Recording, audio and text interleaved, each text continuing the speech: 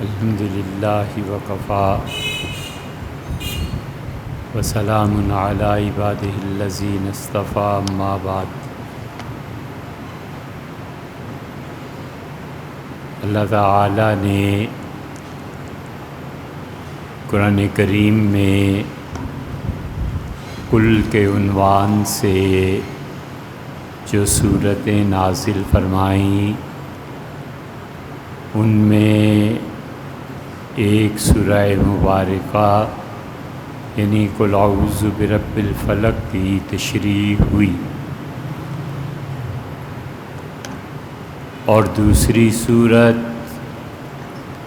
اس میں الہ الناس، لوگوں کا پروردگار اور لوگوں کا معبود، اس حد تک بات پوری ہوئی تھی۔ اور اس کے آگے پھر جو آتا ہے اس سے پہلے اللہ کی 3 صفتیں بیان ہوئیں، اور اللہ اس بات سے بہت راضی اور خوش ہوتا ہے کہ لوگ اس کی حمد کریں، اس کے نام کو جپیں اور اس کی صفات مبارکہ کا تذکرہ کریں۔ چنانچہ ہر شخص کو چاہیے کہ وہ اللہ کے جتنے نام اس کے علم میں ہیں، جیسے 99 نام ہیں، جیسے 100 سے زیادہ نام ہیں، ایک جگہ مل جائے گا کہ 101 نام ہیں، اور ایک جگہ مل جائے گا کہ اللہ کے 105 نام ہیں۔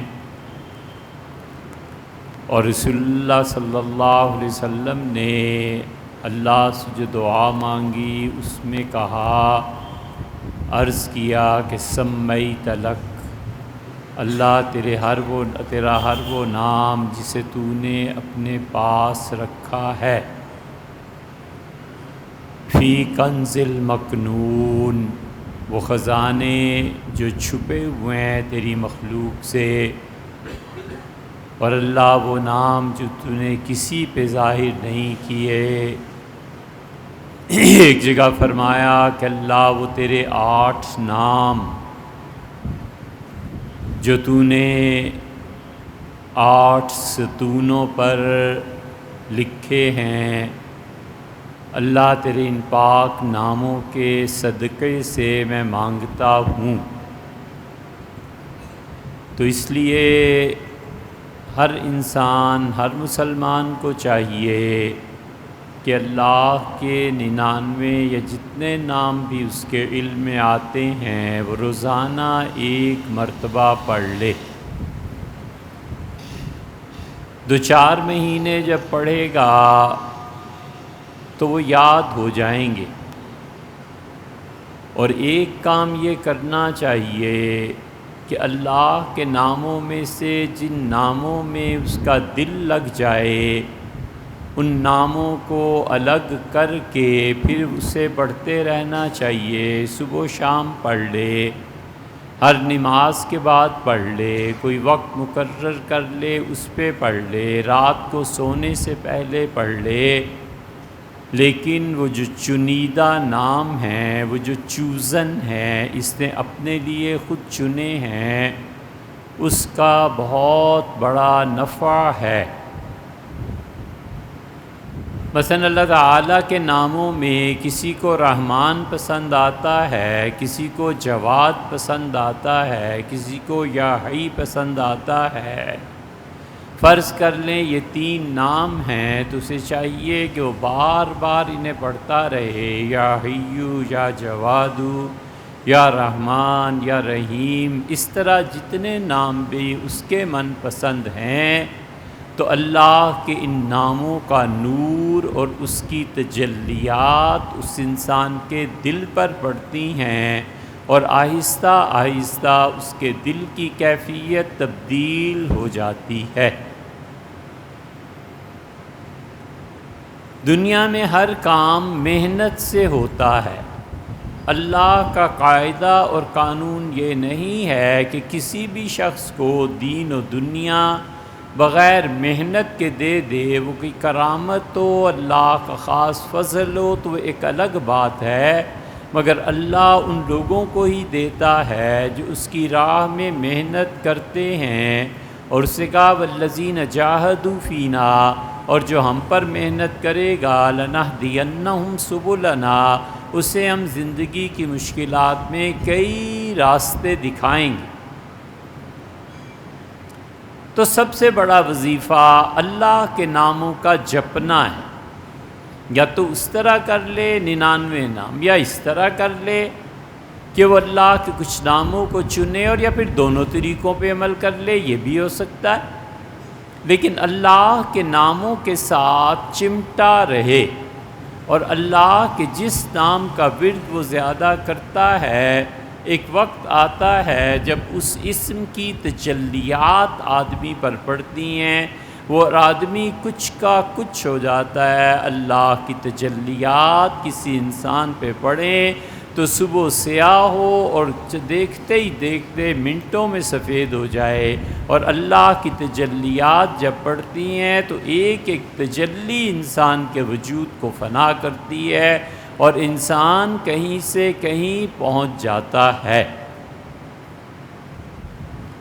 اسی لیے اللہ کی تجلیات ایک پڑی تھی نا کوہ طور پہ، تو طور کا کیا ہوا؟ اللہ نے فرمایا فلما تجلی ربہ للجبل، اور جب تیرے پروردگار نے ایک اپنی تجلی ڈالی، وہ تجلی نور سمجھو کوند جاتا ہے جیسے بجلی آسمان کی، اس طرح کونتا ہے وہ، کبھی عالم بیداری میں، کبھی سونے کی حالت میں، یہ صوفیہ پر بھی تجلیات پڑتی ہیں، اور اللہ کی کوئی تجلی کسی شخص پہ پڑ جائے اس کی حالت ختم ہو جاتی ہے، اگر کافر پر پڑے مومن ہو جائے، اور مومن پر پڑے تو مرتد ہو جائے، کافر ہو جائے۔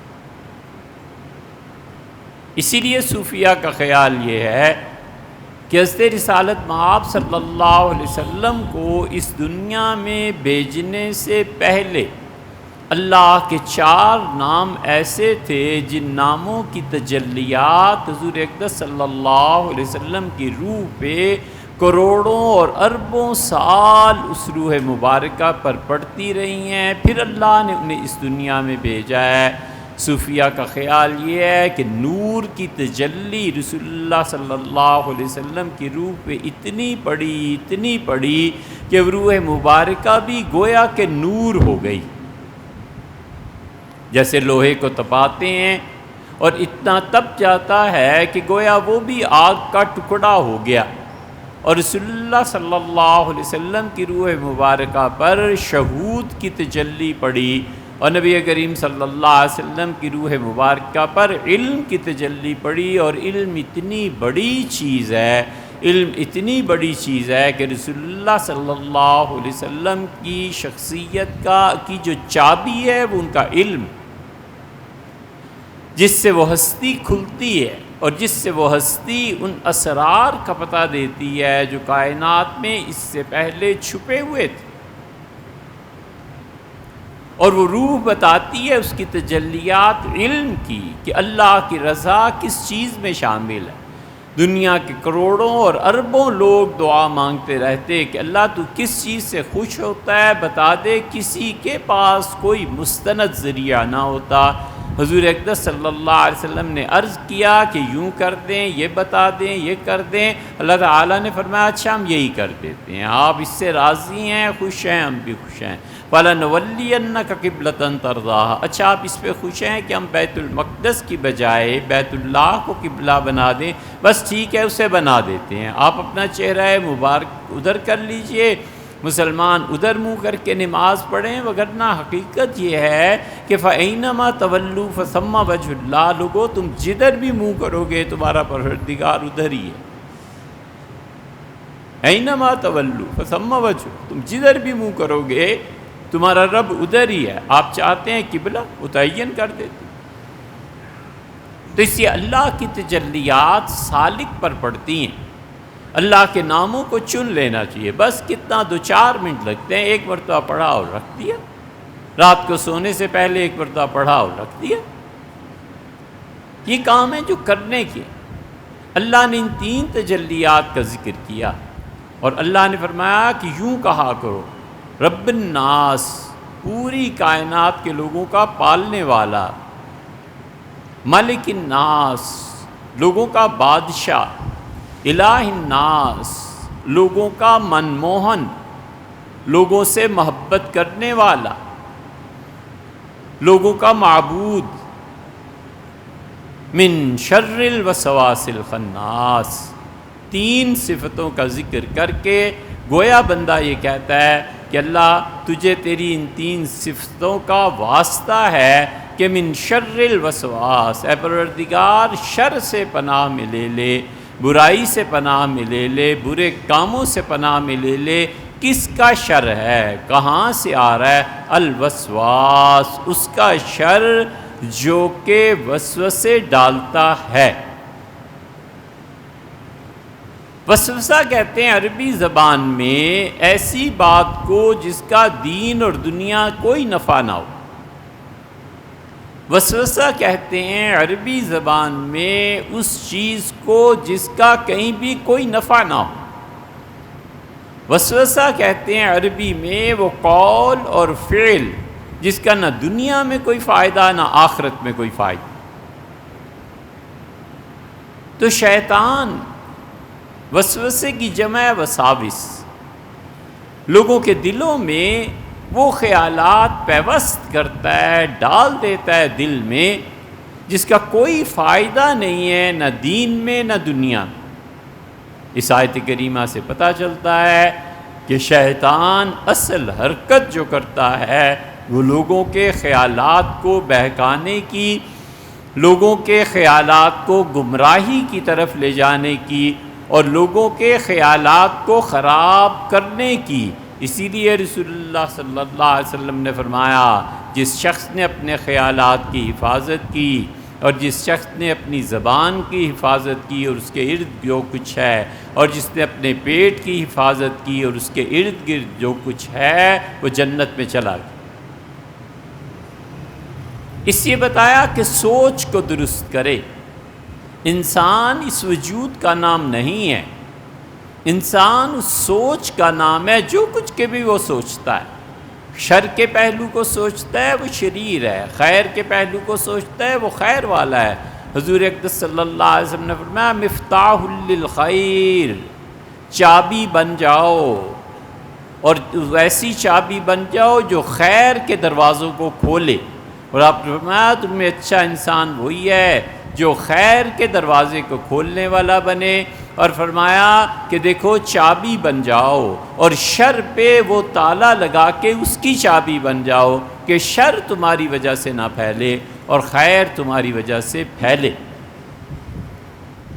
اسی لیے ہم اہل سنہ کا عقیدہ ہے اور گمراہ فرقوں کا بھی عقیدہ ہے۔ ہم اہل سنہ کا عقیدہ ہے کہ گناہ نیکی کو برباد نہیں کرتے۔ ایک آدمی اگر نماز پڑھتا ہے تو اس کی نمازیں اللہ کے ہاں قبول ہو گئیں، اب وہ شراب پیتا ہے تو اس کا شراب پینا اس کی نماز کی قبولیت میں کوئی فرق نہیں ڈالتا۔ اللہ ایک مرتبہ جس نیکی کو قبول فرما لے پھر اسے رد نہیں کرتا۔ ہاں یہ ہوتا ہے نیکی گناہ کو برباد کر دیتی ہے، مٹا دیتی ہے، ختم کر دیتی ہے۔ اس کے برعکس الٹا نہیں ہوتا، کیونکہ گناہ ایسا ہو جائے کہ انسان کی نیکیاں ختم ہو جائیں، اللہ ان چیزوں کو قبول ہی نہیں کرتا جس کے بارے میں اسے علم ہے کہ بعد میں اس انسان نے یہ حرکت کرنی ہے، تو اس کے لیے تو کچھ لکھنا ہی نہیں۔ اسی نیکی میں اضافہ کریں۔ اسی لیے فرمایا کہ تم جانتے ہو ایمان کی چوٹی کیا ہے، پھر فرمایا لا الہ الا اللہ، اور فرمایا اس کا دامن، اس پہاڑ کا میدان کیا ہے، اس نیکیوں کے پہاڑ کا، اور پھر فرمایا کہ اماطۃ الاذی عن الطریق، راستے میں وہ چیز جو کسی کو نقصان پہنچائے، پتھر کوئی چیز سے ہٹا دینا، یہ سب سے ادنا درجہ ہے تمہارے ایمان کا، یعنی تمہاری شرافت۔ اسی شیطان ایسے وسوسے ڈالتا ہے انسان کے ذہن میں کہ آدمی اس کے پیچھے چل پڑے۔ اس سے زیادہ طاقت اس کی نہیں ہے۔ آرائش دکھاتا ہے، زیبائش دکھاتا ہے، جھوٹے وعدے کرتا ہے، اللہ نے قرآن میں 3 جگہوں پہ اس کا ذکر کیا ہے۔ اللہ تعالیٰ نے عمومی زندگی کا ذکر کیا ہے، روزمرہ کی زندگی کا ذکر کیا ہے، اور اللہ نے فرمایا ہے کہ شیطان اس کے دماغ میں یہ ڈالتا ہے، اذ قال للانسان اکفر، انسان کو کہتا ہے کہ کفر کر، اللہ سے بغاوت اور سرکشی اختیار کر۔ ایک ہوتی ہے غفلت، اور ایک ہوتی ہے سب سے پہلے سستی، پھر ہوتی ہے غفلت۔ یہ سستی معصیت ہے، اور پھر غفلت ہے، اور اس کے بعد بغاوت۔ بغاوت تک پہنچانے کے لیے شیطان اس کے دماغ کو استعمال کرتا ہے۔ اللہ نے فرمایا، وہ کہتا ہے وہ بات سوچ، وہ بات ذہن میں لا جو تجھے کفر تک لے جائے، اللہ کا انکار، اس کی صفات طیبہ کا انکار، شرک کرنا، حضور اقدس صلی اللہ علیہ وسلم پر اعتراض وغیرہ وغیرہ۔ اور اللہ نے فرمایا فلما کفر، اور جب انسان کفر کی حرکتیں کرتا ہے، اذ قال للانسان اکفر، وہ کہتا ہے انسان سے کہ کفر کر، فلما کفر، اور جب انسان کفر کی روش اختیار کر لیتا ہے، کفر کا جملہ بکتا ہے، قال انی بریء منک، وہ کہتا ہے میں تجھ سے، تیری اس بات سے بیزار ہوں۔ خود ہی کفر کے جملہ سکھایا۔ جب انسان کافر ہو گیا، مرتد ہو گیا، اللہ نے فرمایا قال انی بریء منک، کہتا ہے میں بیزار ہوں یہ جو تو کفر بک رہا ہے، انی اخاف اللہ رب العالمین، میں اللہ سے ڈرتا ہوں جو تمام کائنات کا پروردگار ہے۔ اسے اتنا تو پتہ ہے نا کہ اللہ کا وجود، اللہ کی حیثیت اور اللہ کی گرفت اور اس کے انعامات عمومی زندگی میں یہ کفر کے خیالات آتے رہتے۔ حضور اقدس صلی اللہ علیہ وسلم کے پاس ایک صحابی رضی اللہ عنہ آئے تھے، اور انہوں نے عرض کیا تھا کہ اللہ کے رسول، مجھے ایسے ایسے برے خیالات آتے ہیں کہ جی چاہتا ہے میں جل کے کوئلہ بن جاؤں اور مجھے یہ خیال نہ آئے۔ آپ نے فرمایا الحمدللہ الذی رد امرہ الی الوسع، اللہ کا شکر ادا کر کہ بات صرف خراب خیالات تک محفوظ ہے، تو آگے نہیں اس سے بڑھا۔ علاج اس کا یہی ہے کہ انسان ان چیزوں کی طرف توجہ ہٹا لے۔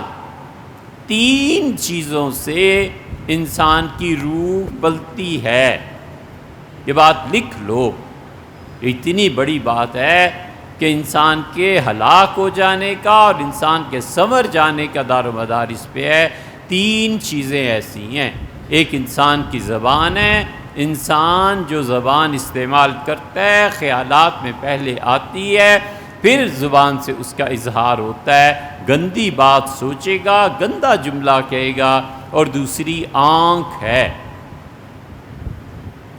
عورت موت تک آخری گناہ جو وہ کر سکتی ہے زبان ہی، روح نکل رہی ہے، دم نکل رہا ہے، غیبت نہیں جاتی، تنقید نہیں جاتی، کوسنا نہیں جاتا، گالیاں نہیں جاتی، اور مرد مرتے مر جائے اپنی آنکھ کا غلط استعمال اس پہ قابو نہیں پاتا۔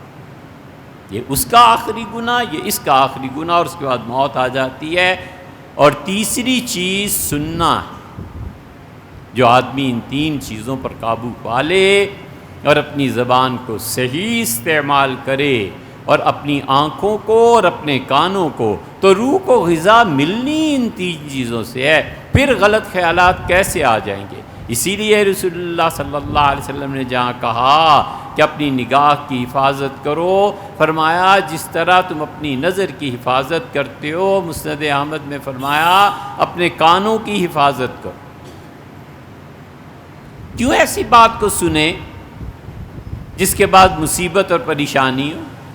پتہ ہے کس انسان نے فون کرنا ہے اور ضرور کوئی فساد کی بات کرنی ہے، تو ضرورت کیا ہے اس فون کو سننے کی؟ پتہ ہے کہ اس کی صحبت میں سوائے غیبت اور برائی کے کچھ نہیں ملنا، تو ضرورت کیا ہے بیٹھنے کی؟ ہر جگہ نہ اظہار کرے، لیکن اپنے آپ کو بچائے۔ جب پتہ ہے کہ وہاں جاؤں گا تو کوئی نہ کوئی ایسی چیز دیکھنے میں آئے گی جس سے روح کو تکلیف ہو یا گندگی اور بری چیز اندر چلی جائے، تو ضرورت کیا ہے وہاں منہ مارنے کی؟ آدمی خود سوچے۔ اس لیے روح کو غذا ان 3 چیزوں سے ملتی ہے۔ حضرت نظام الدین اولیاء رحمۃ اللہ علیہ نے فرمایا کہ جب میں پاک پتن پہنچا حضرت فرید الدین مسعود رحمۃ اللہ علیہ سے بیعت کے لیے، تو حضرت نے مجھ سے بیعت میں یہ الفاظ دہرائے اور کہے اور فرمایا کہ میں توبہ کرتا ہوں اللہ ان تمام گناہوں سے جنہیں میری زبان نے جنم دیا، جو میں نے آنکھوں سے کیے اور کانوں سے۔ کمال کی بیعت کی کہ وہ جانتے تھے یہ تینوں ذرائع انسان کی روح کو دبوچ لیتے ہیں، اچھی بات کہے، اچھا سنے، اچھا دیکھے، آہستہ آہستہ روح ادھر کو چل پڑتی ہے۔ من شر الوسواس الخناس، فرمایا ایسا جو وسوسے ڈالتا ہے تو پہلا تو یہ عمومی زندگی میں ہوتا ہے، اور دوسری مرتبہ شیطان نے ان خیالات کو منتشر کیا اور بدر میں آ گیا، اور بدر میں آ کے اس سے کہا کہ انی جار لکم، ابو جہل اور ان لوگوں کے ساتھ، اور اسے کہا میں تمہارا مددگار ہوں، چڑھ دوڑو ان پہ، میں تمہارا ہمسایہ ہوں، میں تمہاری پشت پناہ ہوں۔ فلما رہا، اور جب اس سے دیکھا کہ اوہو میرے سامنے تو جبریل امین آ گئے ہیں مسلمانوں کے لشکر میں، قال انی بریء منک، اس سے کہا نقص علی عقبیہ، اللہ فرماتے ہیں ان کو آگے کر کے بھاگا شیطان اپنی ایڑیوں کے بل پیچھے، اس کی نظر پڑ گئی نا جبریل امین پہ، وہ جانتا تھا کہ پھر اب میرے لیے کیا ہو سکتا ہے۔ اللہ نے فرمایا نقص علی عقبیہ، وہ بھاگا پیچھے کی طرف، اور اس سے کہا کہ یہ جو تم کر رہے ہو میں اس کا ذمہ دار نہیں ہوں۔ اسی لیے انسان کو گناہ کا وسوسہ دلاتا ہے، شیطانی سکھاتا ہے، برے کاموں کی تلقین کرتا ہے۔ اللہ نے فرمایا یامرکم، شیطان تمہیں حکم دیتا ہے کہ فحاشی اور عریانی کے کام کرو، ویعدکم الفقر، اور دوسری طرف تمہیں ڈراتا ہے کہ اللہ تمہیں پیسہ نہیں دے گا، تم غریب ہو جاؤ گے اور پیسہ نہ خرچ کرو، پیسہ اللہ کی راہ میں خرچ کرو گے یہ بہت حرکت ہے، نامناسب، یہ نہ کرو، اور فحاشی کرو۔ حالانکہ کوئی سوچے کہ فحاشی کے عمومی طور پر کام پیسے ہی کی بنیاد پہ تو ہوتے، 3 اور 4 ہزار والے فون والے نے کیا کرنا ہے، کیا دیکھنا اور کیا سننا ہے، اور 1.5 لاکھ، اور اب آیا ہے ایک فون 4.25 لاکھ روپے کا، اب وہ 4.25 لاکھ ہوں گے تو کچھ دیکھے گا اور سنے گا نا۔ کسی بڑے باپ کا بیٹا، دولت کا بے دریغ استعمال، حرام کی آمدنی انہی چیزوں پر لگتی ہے۔ اور شیخ عبد القادر جیلانی رحمۃ اللہ علیہ فرماتے تھے کہ تم بات کرتے ہو کشف اور کرامتوں کی، میں تمہاری خریداری، بیچنا، خریدنا دیکھ کے پہچان لیتا ہوں کہ یہ مال حرام کا ہے یا حلال کا۔ اس لیے دوسری مرتبہ غزوہ بدر میں اس نے کہا میں اللہ سے ڈرتا ہوں، اور بھاگ کھڑا ہوا۔ اور تیسری مرتبہ جب یہ کائنات ختم ہو جائے گی، اللہ نے فرمایا کہ شیطان جہنمیوں سے کہے گا، جہنم میں اپنے ماننے والوں سے کہے گا کہ آج میں اور تم ایک دوسرے کی فریاد کو نہیں پہنچ سکتے، نہ تم میرا عذاب کم کر سکتے ہو نہ میں تمہارا عذاب کم کر سکتا ہوں، الا ان دعوتکم، میں نے دنیا کی زندگی میں تمہیں خدا کی نافرمانی کی دعوت دی تھی، ایک طرف دعوت اللہ نے دی تھی، دوسری طرف دعوت میں نے تمہیں دی تھی، فاستجبتم لی، تم میری دعوت پہ زندگی گزارتے رہے، اس کے مطابق چلتے رہے، اور آج ہم ایک دوسرے کی کوئی مدد نہیں کر سکتے، میں اللہ سے ڈرنے والا ہوں۔ اور یہ کہہ کے وہ اپنی تقریر ختم کر دے گا، اور لوگ اس پہ لان تان کریں گے، وہ کہے گا مجھے کیوں ولا تلومونی، مجھے کیوں گالیاں دیتے ہو، ولوموا انفسکم، اپنی جان کو، اپنی روح کو گالیاں دو، میں نے تو تمہیں بلایا تھا اور اللہ نے بھی بلایا تھا، تم نہ آتے میری طرف، آئے ہو نا جان بوجھ کے۔ یہ انسان کا اختیار ہے، اگر انسان کا اختیار نہ ہوتا تو پھر پاگلوں جیسی باتیں۔ مولانا روم رحمۃ اللہ نے کیا اچھی مثال دی ہے مثنوی میں، مولانا نے فرمایا کہ تم لاٹھی سے کتے کو مارو تو کتا تم پہ جھپٹتا ہے، لاٹھی کو کچھ نہیں کہتا۔ یہی حال شیطان کا ہے، وہ کہتا ہے میں نے تمہیں دعوت دی تھی، میں نے اپنی طرف بلایا تھا، نہ آتے، تم اپنی مرضی اور اختیار سے آئے، اور یہ اختیار سے جو آئے تھے اس کا عذاب اب تم پہ پڑ رہا ہے، تم نے بھی بھگتنا ہے، میں نے بھی بھگتنا ہے۔ تو اس لیے وسواس، وہ جو وسوسے ڈالے، وہ جو خراب کاموں کی رغبت دے، اور ہے وہ کیا؟ خناس۔ خنس عربی زبان میں کہتے ہیں چھپ جانے کو۔ فلا اقسم بالخنس، میں قسم کھاتا ہوں ان ستاروں کی جو ستارے چھپ جاتے ہیں۔ خنس، چھپ جانے والی چیز۔ اللہ نے کہا میں قسم اٹھاتا ہوں ان کی جو دن کو چھپ جاتے ہیں اور رات کو طلوع ہو جاتے ہیں۔ یہ مفسرین نے لکھا ہے کہ 5 سیارے بہت نمایاں ہوتے ہیں آسمان۔ اب تو وہ رواج نہیں رہا، ہوتا تو ہم بتاتے یہ 5 ستارے آسمان پہ کہاں کہاں واقع ہوتے ہیں۔ بہت تیز چمک ہوتی ہے ان میں۔ زہرہ، زحل، عطارد، مریخ، یہ 5 ستارے، زہرہ، زحل، عطارد، مریخ اور مشتری، بہت نمایاں ہوتے ہیں، رات کو نظر آتے ہیں۔ مریخ تو سرخ سیارہ، آسمان کا جلاد، وہ بالکل جب چڑھتا ہے تو بہت واضح طور پر سرخ ستارہ نظر آتا ہے۔ اور یا پھر اللہ نے قسم کھائی ہے ان 5 کی کہ فلا اقسم بالخنس، میں ان 5 کی قسم کھاتا ہوں جو دن کے وقت ان کی روشنی زائل ہو جاتی ہے اور رات کو ابھر آتی ہے۔ اللہ نے اس کی قسم کھائی۔ خنس کا لفظ استعمال کیا تو خناس کہتے ہیں اس کو جو چھپ جائے، یعنی شیطان وسوسہ ڈالتا ہے، تمہیں برائی پر آمادہ کرتا ہے، تمہارے دل میں غلط چیزیں ڈالتا ہے، اور جب تم آمادہ ہو جاتے ہو اس گناہ کے لیے، اس چیز کے لیے، تو پھر چھپ جاتا ہے۔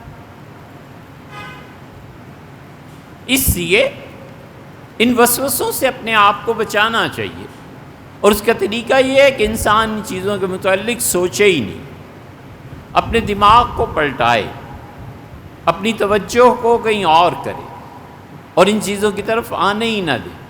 وسوسہ پڑ جاتا ہے ایک آدمی کو، پتہ نہیں پانی پاک ہے یا ناپاک، شیطان یہ کیفیت پیدا کر کے اس کو نماز سے روکتا ہے۔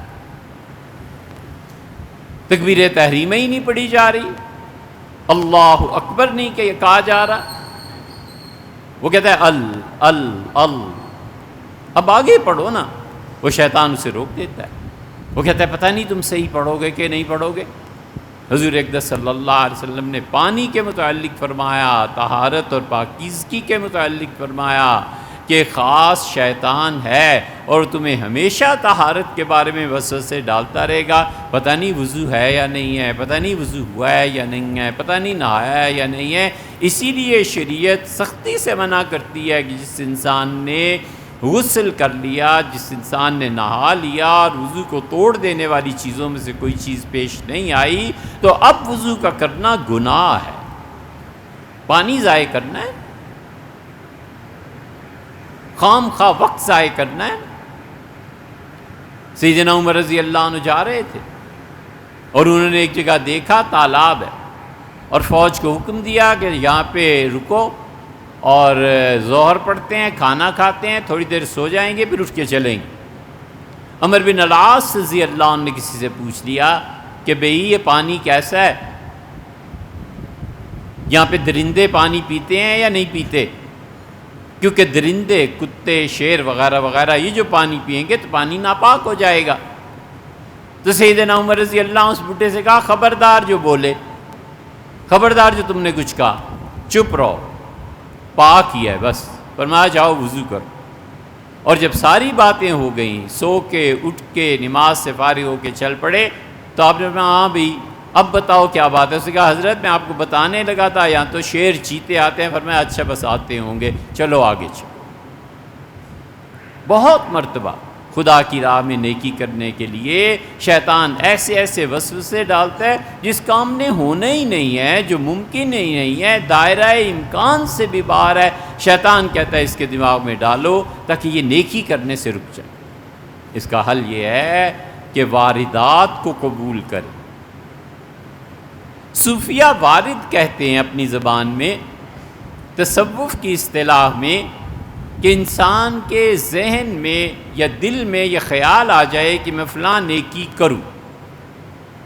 اس کے دل میں خیال آیا کہ یار یہ پولیس والے بھی ہمارے جیسے آدمی ہوتے ہیں، اس جون جولائی کی گرمی میں چوکوں پر کھڑے رہتے ہیں، کیوں نہ میں 1 درجن بوتلیں لے لوں پانی کی اور ہر ایک کو 1 دے دوں، کیوں نہ میں ایسے کروں کہ اب سردیاں آ رہی ہیں کمبل لے لوں، اور کبھی رات کو سفر ہوتا ہے دیکھوں کتنے لوگ ہیں جو فٹ پاتھ پہ سوئے ہوئے ہیں، اسے کمبل دے دوں، تکیہ دے دوں، وہ آرام سے سو سکے۔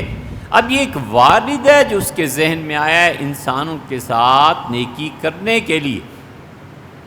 صوفیہ کہتے ہیں ذرا سا سوچے کہ یہ کام کرنے میں کوئی لوگوں کا حق ضائع تو نہیں ہوتا، کہیں ایسے تو نہیں ہے کہ میں قرضے میں پھنس جاؤں گا، کہیں ایسے تو نہیں ہے کہ اپنی اولاد کی ضروریات میں دخل پڑے گا، نہیں ہے۔ بس وہ کہتے ہیں فوراً اس کو کیش کرائے، اس وارد کو پورا کرے۔ شیطان یہ کرتا ہے کہ وسوسہ ڈالے گا اور یہ وارد، یہ آنے والا جو مہمان ہے، اسے تمہارے دل سے اٹھا کر باہر پھینک۔ یہ کرنے کے کام، لوگوں کے ساتھ نیکی کرنے کے کام ہے، لوگوں کی زندگیاں بنانے کے کام ہے۔ حضور اقدس صلی اللہ علیہ وسلم فرمایا خیر الناس من ینفع الناس، تم میں سب سے اچھا آدمی وہ ہے جو خلق خدا کو نفع پہنچائے۔ طے کر لے انسان کہ میں زندگی بھر سوائے خیر کے اور کوئی کام نہیں کروں، مجھ سے سوائے خیر کے اور کوئی چیز نہیں نکلے گی، میں اچھائی کے علاوہ کسی راستے پر نہیں چلوں۔ یہ چھوٹی چھوٹی نیکیاں، یہ لوگوں کے پیٹ بھرنا اور لوگوں کے بچوں کا خیال کرنا اور ان پڑھ کو پڑھا دینا، یہ علم، یہ جہنمی، پکا جہنمی جنت میں لے جاتے ہیں یہ نیکی۔ حضور اقدس صلی اللہ علیہ وسلم نے فرمایا ایک شخص کو بدکاری کی عادت پڑ گئی تھی، یہ حدیث اتنی پکی تھی کہ عبداللہ ابن عمر رضی اللہ عنہ اپنے کانوں پہ ہاتھ رکھ کے کہتے تھے خدا مجھے بہرا کر دے، اگر رسول اللہ صلی اللہ علیہ وسلم سے یہ نہ سناؤ۔